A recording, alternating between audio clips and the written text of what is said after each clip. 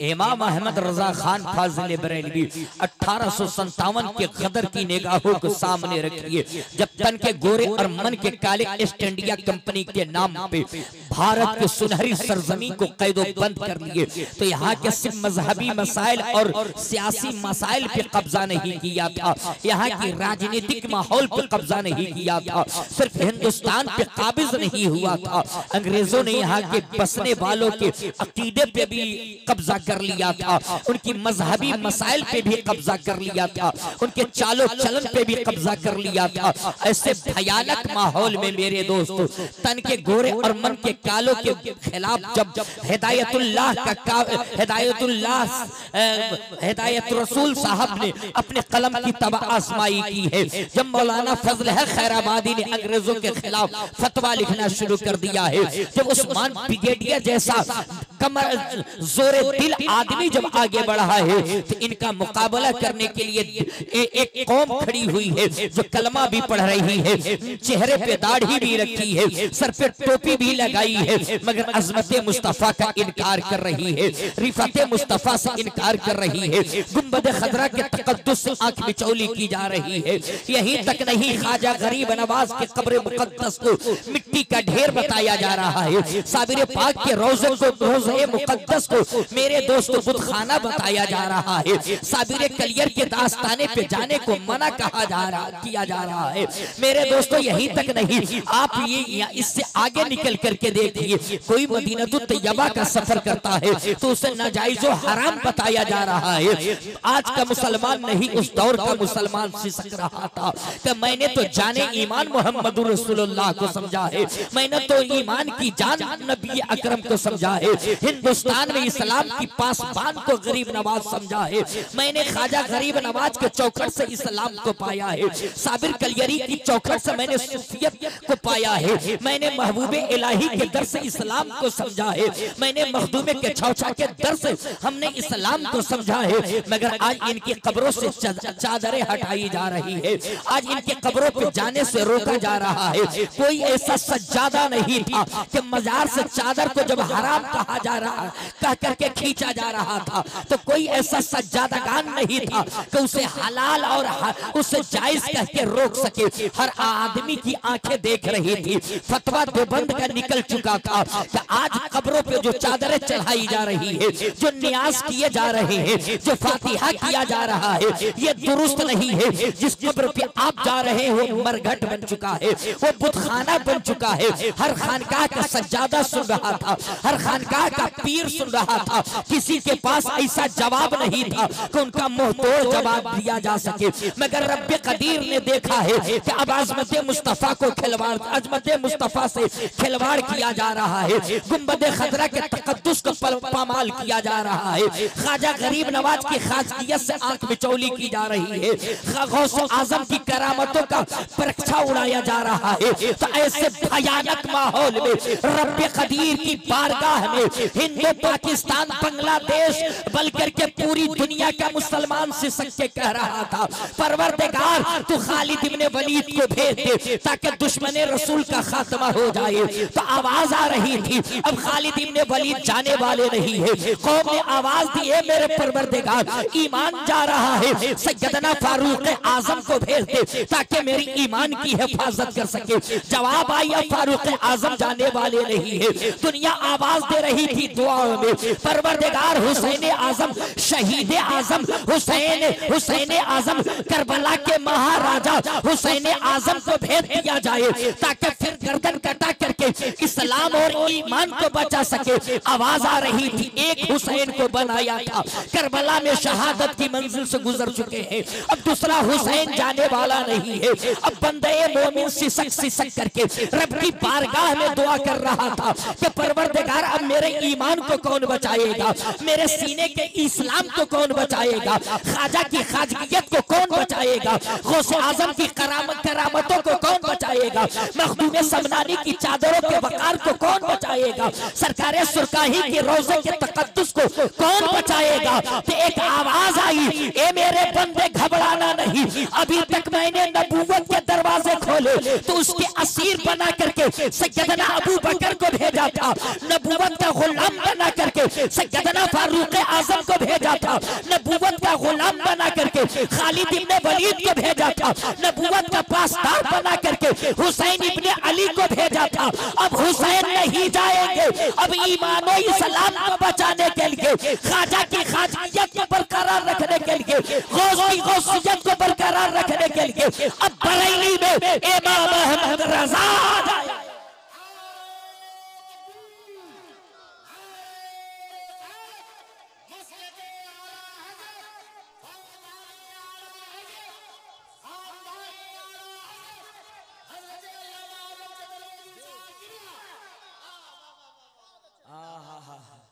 मेरे दोस्तों, इमाम इश्क व मोहब्बत जब बरेली में आपने कदम को रखा तो सिर्फ अपने ईमान की हिफाजत नहीं की, बल्कि नबी के हर चाहने वाले उम्मती के ईमान की हिफाजत की है, हर चाहने वाले आशिक़े रसूल की हिफाजत की। और क्या कहा इमाम ने, ए हज करने वालों, आते हो मदीनतुत तैयबा, तुम्हें दुनिया मुर्तद कहती है, तो एक ये बात कहो कि हाजी हो, आओ शहंशाह का रोजा देखो।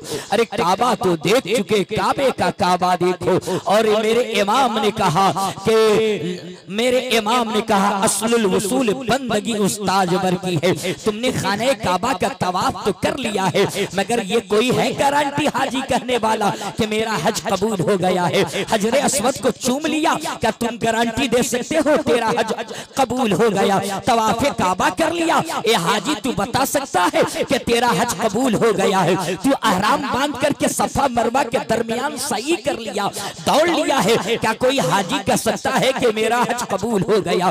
आबे ज़मज़म को खड़े होकर के पी लिया हाजियों ने, कोई हाजी कह सकता है कि मेरा हज कबूल हो गया? सिर्फ खाने काबा को देखने वालों, खाने काबा के चक्कर लगाने वालों, खाने काबा की ज़ियारत करने वालों, है माई के लाल में किसी के अंदर सीने में दम तो कहे कि मैंने तवाफ़े काबा किया, हजरे अस्वद को चुमा है, आबे ज़मज़म पिया है, सफा मरवा की सही की है, मेरा हज कबूल हो गया? कोई हाजी नहीं कह सकता है, न किसी हाजी की आवाज होगी। मगर जो ये खाने काबा को छोड़ करके रौज़े रसूल की तरफ हाजी बढ़ता है, रौज़े रसूल की तरफ कदम को आगे बढ़ाता है, तो रौज़े रसूल की तरफ से आवाज आती है, मंज़ारा कबरी वजबत लहू शफाती। पैगंबर इस्लाम फरमाते हैं, ए हाजियों आते हो तो आओ, ए मिस्र के हाजी आते हो तो आओ, ए हिंदुस्तानी हाजी आते हो तो आओ, पूरी दुनिया के हुज्जाज आते हो तो आओ, मगर तूने तवाफ़े काबा किया है, तेरे हज की गारंटी खाने काबा से नहीं है। तेरे हज की जमानत और तेरे हज की मकबूलियत की दलील अगर कोई दे रहा है तो रौज़े रसूल से आवाज आती है, मंज़ारा कबरी वजबत लहू शफाती। जिसने हालत ईमान में रौज़े मुस्तफा की ज़ियारत की है, रब के हबीब फरमाते हैं, उस पे मेरी शफाअत वाजिब हो गई, उस पे मेरी शफाअत वाजिब हो गई। इसी इश्क का पहाड़ा इमाम इश्क मोहब्बत ने पढ़ाया है, इसी इश्क की गूथी इमाम इश्क मोहब्बत बरेली के ताजदार ने पढ़ाया है। और जान है इश्क मुस्तफ़ा, बस यही समझ करके हम अपनी इबादत करते रहे। मेरे दोस्तों, मुस्तफ़ा न आते तो न हज मिलता, न रोजा मिलता, न ज़कात मिलता, न नमाजें मिलती, न इबादतें मिलती। ये सब कुछ मिला मेरे मुस्तफ़ा के सदक़े में। जोर से बोले ना। हुक्म हो रहा है मोइनुद्दीन भाई का कि जल्दी से वेद पढ़िए, खत्म कर दीजिए, है ना, है ना। तो आप किधर सुनना चाहते हैं, वेद सुनिएगा कि उर्दू तकरीर सुनिएगा? हाँ, इसी पर चचा, हाँ, इसी चीज को, वेद को, हाँ हाँ हाँ, सब चीज को सुनाते चलते हैं।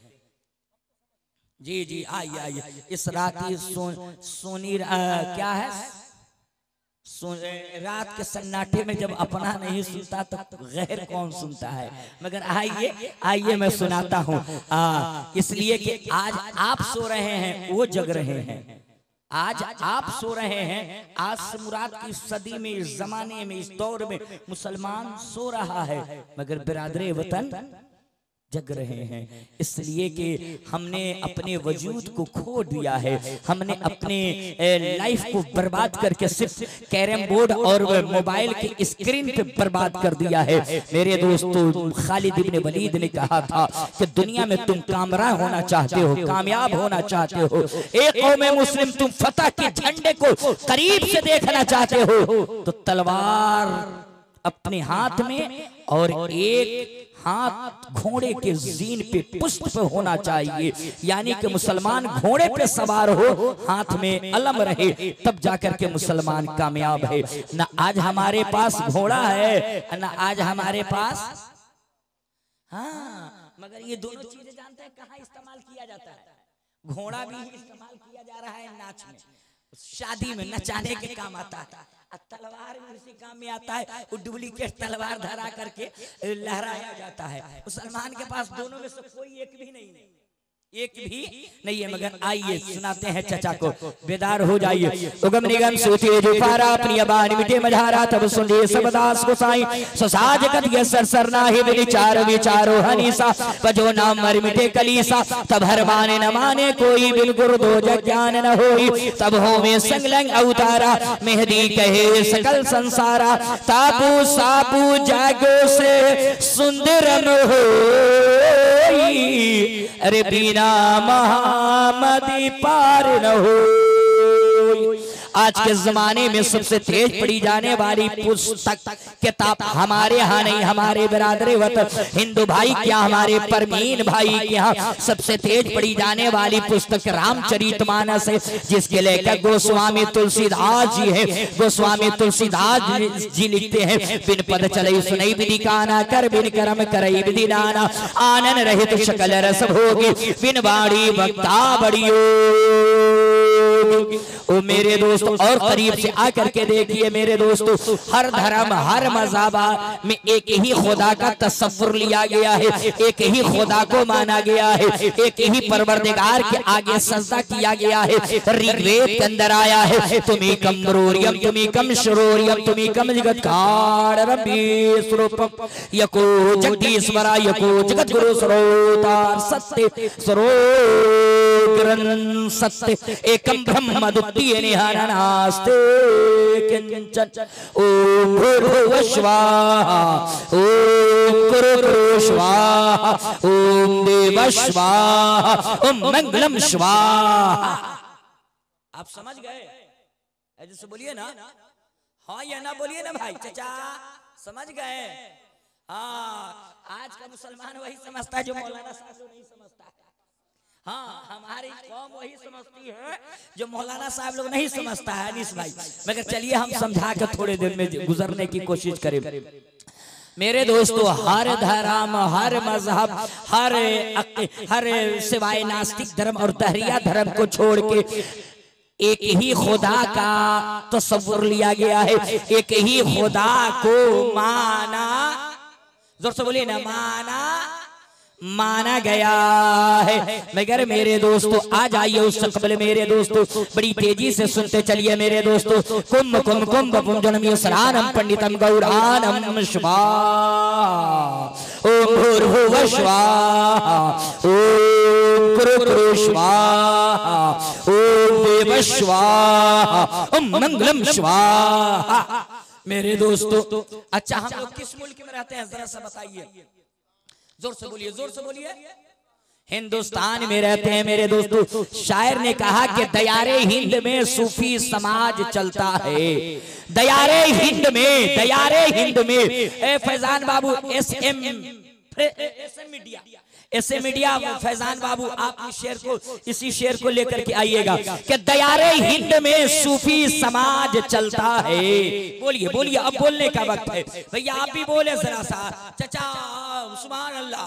आखिर वक्त है, आसी चलो मदीने को, आपका पासपोर्ट तैयार है, जिस दिन वीजा लग जाए समझिए वो के फ्लाइट, तो हिंदुस्तान से कब्रिस्तान जाने से पहले सुभान अल्लाह बोल लीजिए। तो आप भी बोल दीजिए सुभान अल्लाह। मुस्कुरा रहे हैं तो ऐसा लग रहा है कि जैसे कि आप नौसा बने थे आंगन में, जैसे नौसा मुस्कुराता है। हाँ, जरा सा मुस्कुरा करके बोलिए और चचा के कान में कहिए सुभान अल्लाह। हो चाचा जी मुरेठा बांधे हैं पीछे। हाँ चाचा अस्सलाम वालेकुम, खैरियत। चाचा खैरियत, कहिए ना वालेकुम सलाम।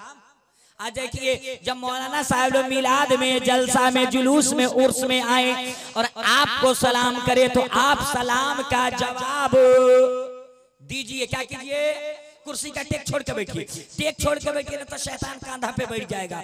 जोर से कुर्सी का टेक छोड़ दे, मत करो। हाँ ए चाचा, हाँ नियत मत बांधिए, आप भी टाइट हो जाइए। कोई देखे ना देखे, ये दूगो फरिश्ता एनी टाइम देख रहा है। हाँ तो जी हाँ, जब आइए जलसा में, जुलूस में, मिलाद में तो क्या कीजिए? मौलाना लोग सलाम करे तो सलाम का जवाब देना देना देना देना है। और घर जाइए यहाँ से तो सब लोग आज से अपनी अपनी बीवी को सलाम कीजिए। क्या कीजिए? क्या कीजिए चाचा?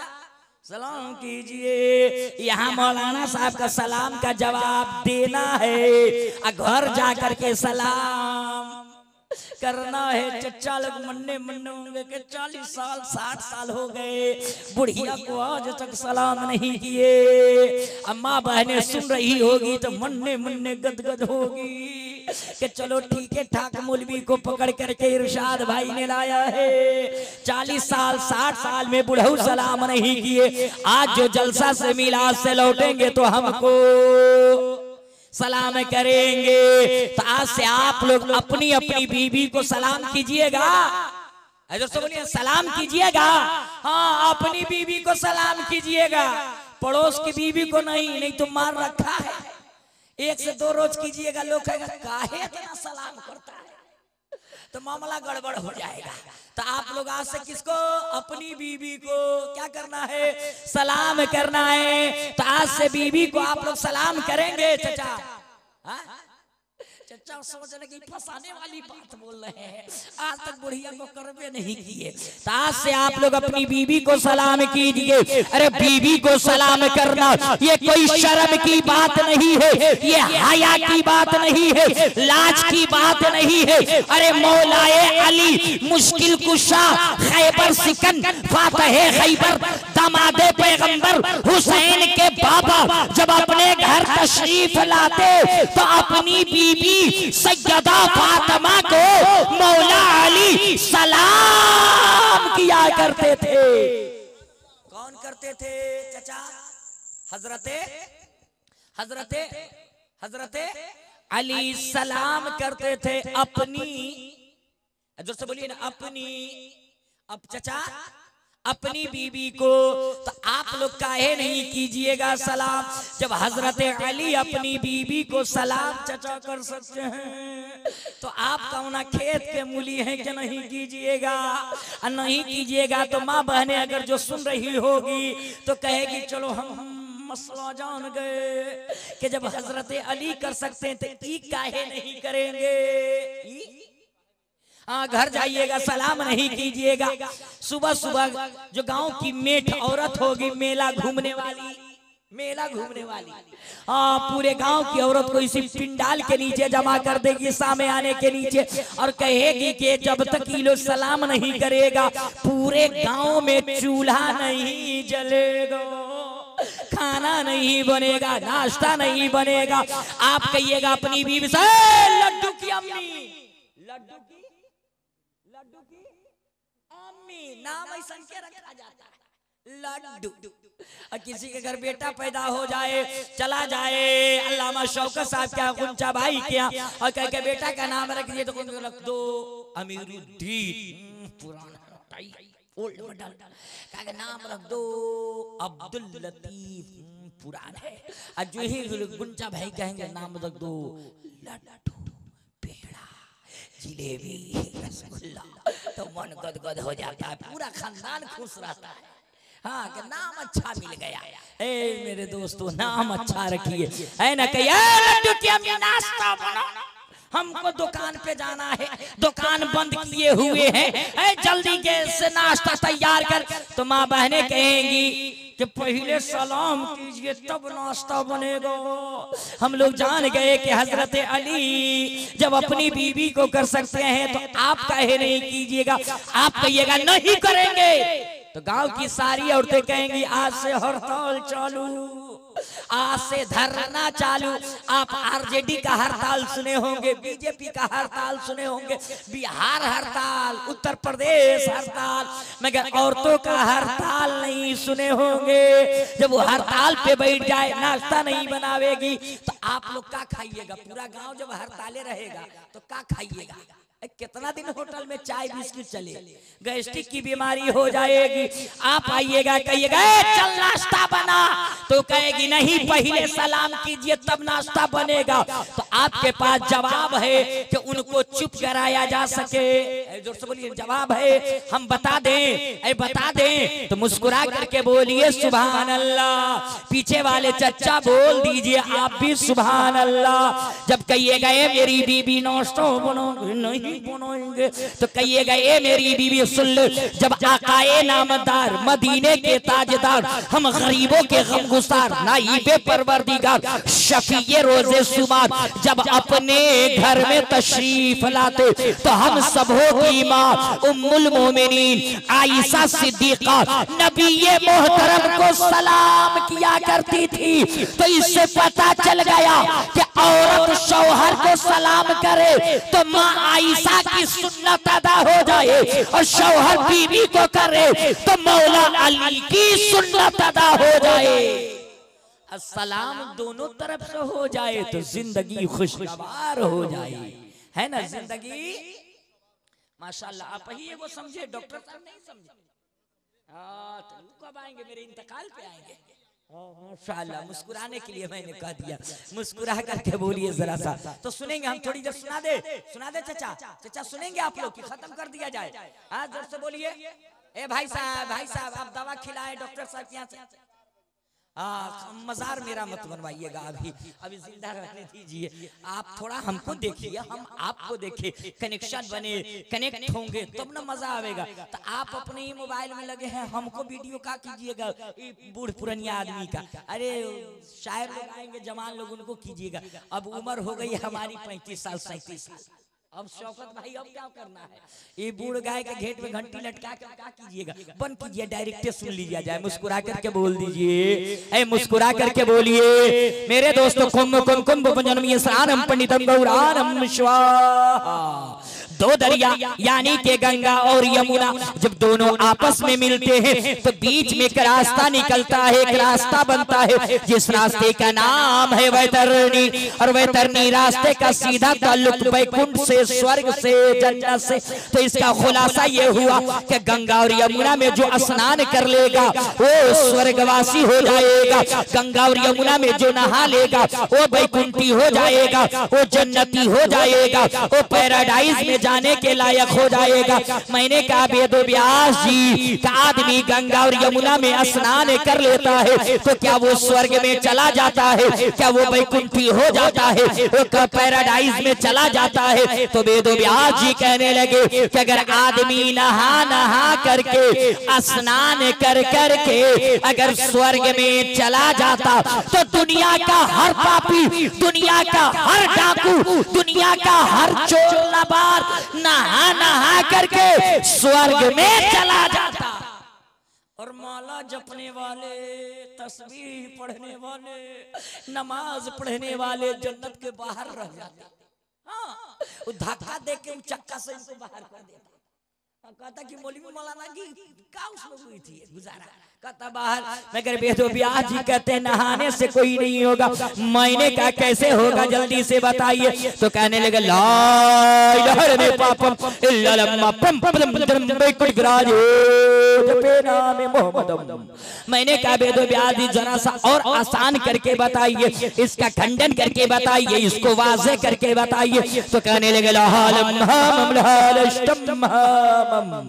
मैंने कहा वेद व्यास जी ये क्या है? तो कहने लगे ला इलाहा इल्लल्लाह पापम, ला इलाहा इल्लल्लाह पढ़ने से हृदय का पाप हरण हो जाता है।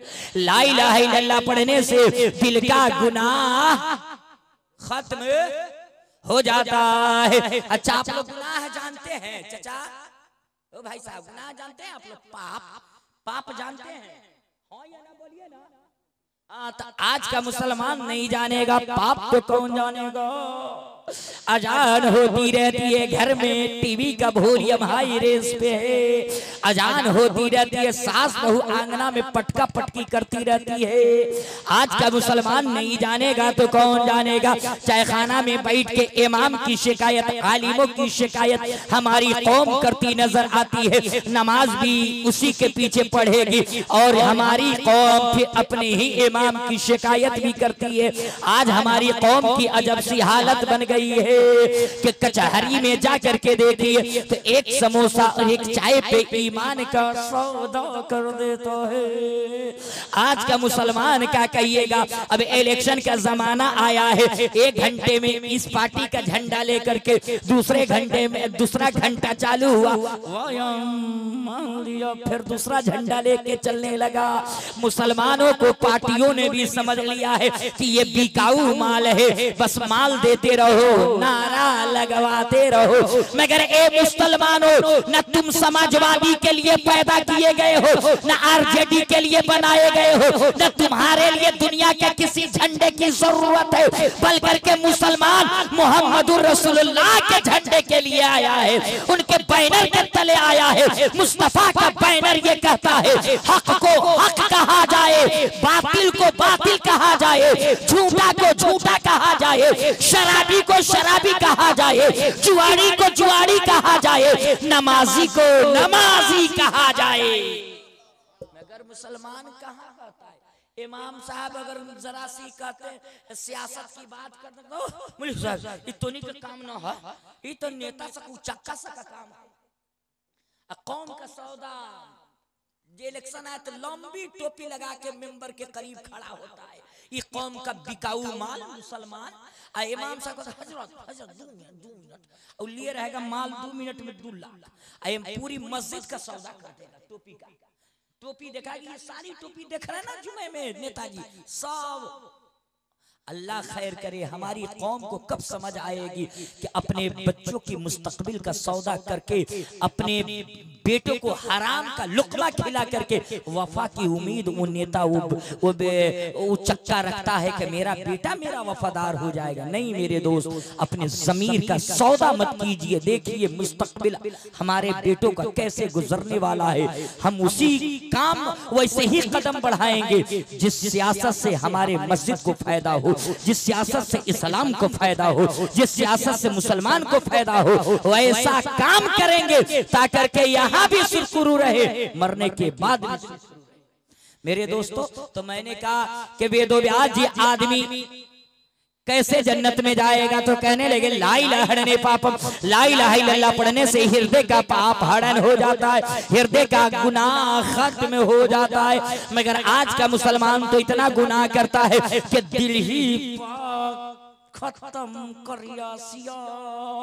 और आज का नौजवान भी चचा कम नहीं है, निकाही टोपी एक बीता लंबी लगा के जुमे की नमाज हुंचा भाई के पीछे पड़ेगा, शौकत भाई के पीछे पड़ेगा और पढ़ करके 2 घंटा मस्जिद से सिर्फ बाहर होता है और असर से पहले आएगा और इमामे साहब को कहेगा कि हजरत जुमराती वाला पैसवा से खरीदे हैं, लाइए खाइए खिलाइए। ये नहीं कहेगा कि 2 खिलिया पहू हमसे ले लीजिए।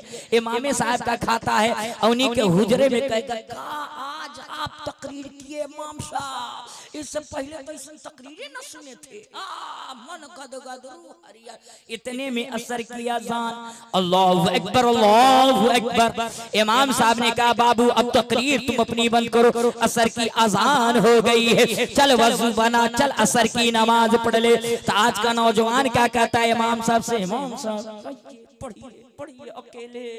इमाम साहब ने कहा कुछ नहीं, चल भला आदमी की तरह वजू कर, चल असर की नमाज जमात से पढ़ ले। तो आज का नौजवान क्या कहता है, हजरत अभी आप हमको समझ नहीं पाए क्या हम कौन हैं। इमाम साहब ने कहा पूरा इलाका जिला जवार समझ लिया, तुमको नहीं समझूंगा। चल वजू कर भला आदमी की तरह, चल असर की नमाज पढ़। तो आज का नौजवान धीरे से आहिस्ता से इमाम साहब के आपके कान में मुंह सटा के कहता है हजरत नापाक है, हजरत नापाक है, अल्लाह खैर करे। और कान में कहेगा हजरत नापाक है।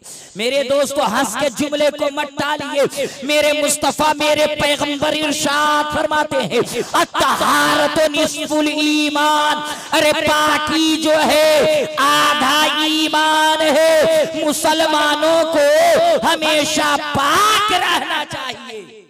क्या रहना चाहिए भैया, क्या रहना चाहिए चाचा, क्या रहना चाहिए, पाक रहना चाहिए।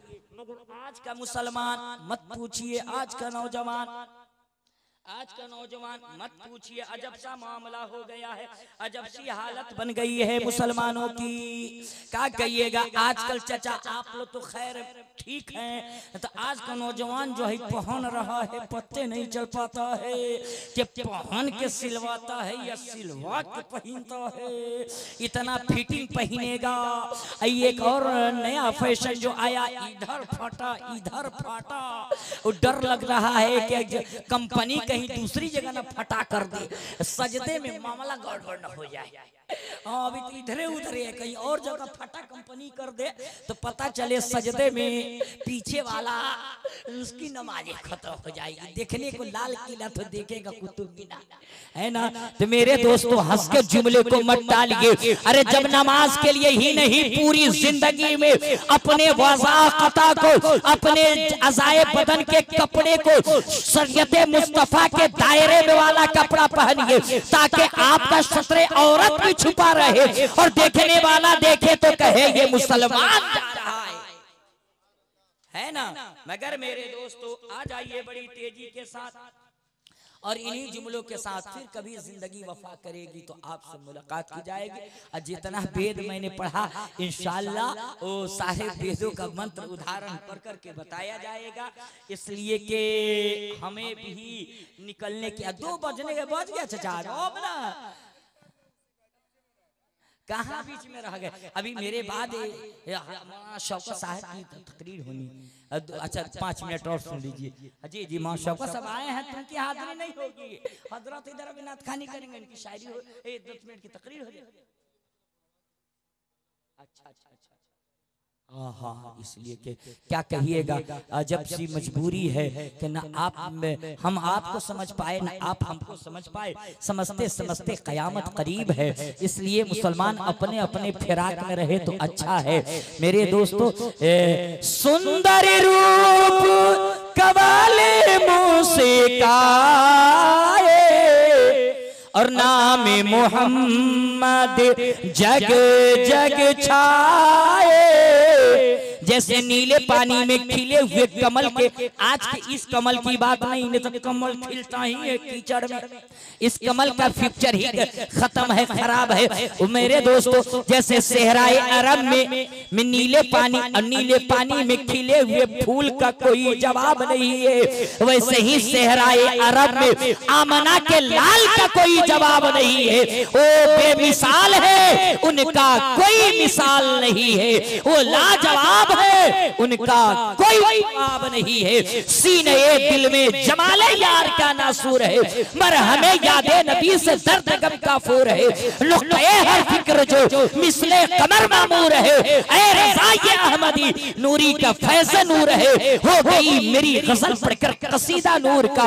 व आखिर दवाना अनिल हम्दुलिल्लाह, अस्सलामु अलैकुम व रहमतुल्लाहि व बरकातहू।